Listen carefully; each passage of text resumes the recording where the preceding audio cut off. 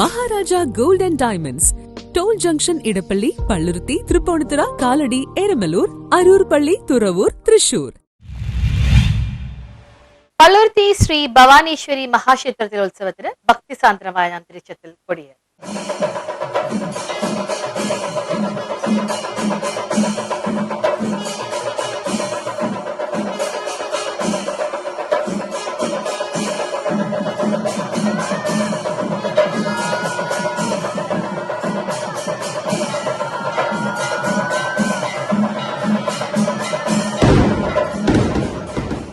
പള്ളുരുത്തി ശ്രീ ഭവാനീശ്വര മഹാക്ഷേത്രത്തിലെ മഹോത്സവത്തിന് ഭക്തി നിർഭരമായ അന്തരീക്ഷത്തിൽ കൊടിയേറി. രാത്രി 10-നും 10:30 മധ്യേ തുലാം രാശിയിൽ ക്ഷേത്രം തന്ത്രി NV സുധാകരൻ അവറുകളുടെ കാർമ്മികത്വത്തിലാണ് കൊടിയേറ്റ് ചടങ്ങ് നടന്നത്. നിരവധി ഭക്തജനങ്ങളാണ് കൊടിയേറ്റ് ചടങ്ങിൽ പങ്കെടുക്കുന്നതിനായി ക്ഷേത്രത്തിൽ എത്തിച്ചേർന്നത്. തുടർന്ന് കരിമരുന്ന് പ്രയോഗം ഉണ്ടായിരുന്നു. രാത്രി 10:30 മുതൽ കഥകളി കുചേലവൃത്തം ക്ഷേത്ര മൈതാനിയിൽ നടന്നു. ക്ഷേത്രം മേൽശാന്തി PK മധു, ഭരണസാരഥികളായ president KV Sarasan, school manager AK Santhosh, Devaswom manager KR Mohanan ഉൾപ്പെടെയുള്ളവർ ചടങ്ങുകൾക്ക് നേതൃത്വം നൽകി. പള്ളുരുത്തി ശ്രീ ഭവാനീശ്വര മഹാക്ഷേത്രത്തിലെ 2025 ഈ വർഷത്തെ മഹോത്സവത്തിന് ഇന്നത്തെ കൊടി കയറിയതോടുകൂടി ഉത്സവ ആഘോഷങ്ങൾക്ക് തുടക്കം കുറിച്ചിരിക്കുകയാണ്.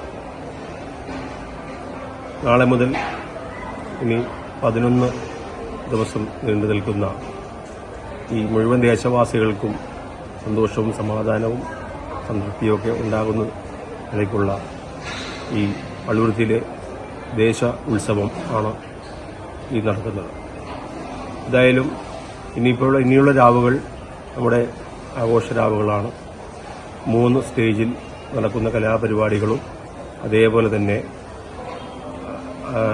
2 ദിവസം നടക്കുന്ന ആനയൂട്ടും കുട്ടികളുടെ അഭിഷേകക്കാവടിയും 10-ാം തീയതി വൈകുന്നേരം 2 ഭാഗങ്ങളിൽ നിന്നും വടക്കും ഭാഗത്തും തെക്കും ഭാഗത്തു നിന്നൊക്കെ ആരംഭിക്കുന്ന വർണ്ണ ശബളമായിട്ടുള്ള കാവടി ഘോഷയാത്ര. ഈ കാവടി ഘോഷയാത്ര തന്നെ അത് വീക്ഷിക്കുവാൻ വേണ്ടിയിട്ട് കേരളത്തിന്റെ നാനാഭാഗത്തു നിന്നും. News bureau, Palluruthy.